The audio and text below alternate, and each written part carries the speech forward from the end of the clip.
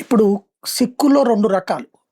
పాత తరపు సిక్కులొచ్చేటప్పటికి భారతదేశంలో ఉండటమే వాళ్ళకిష్టం. భారతదేశం అంటేనే ఇష్టం. కొత్త తరపు సిక్కుల్లో ఒక వర్గమేమో భారతదేశం మీద తీవ్ర ద్వేషం.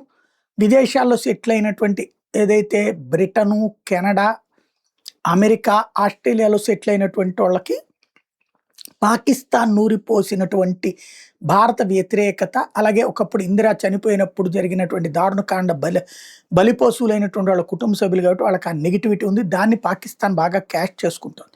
వాళ్ళు ఇప్పుడు నిన్న కాక మొన్న ఫ్రాన్స్ వెళ్ళినప్పుడు మోడీని కూడా ముట్టడించడానికి సిద్ధపడటం, ఆస్ట్రేలియా ప్రధానమంత్రి నుంచి ముట్టడించడానికి సిద్ధపడటం, దాన్ని ఫ్రాన్స్ పోలీసులు అడ్డుకున్నది చూసాం.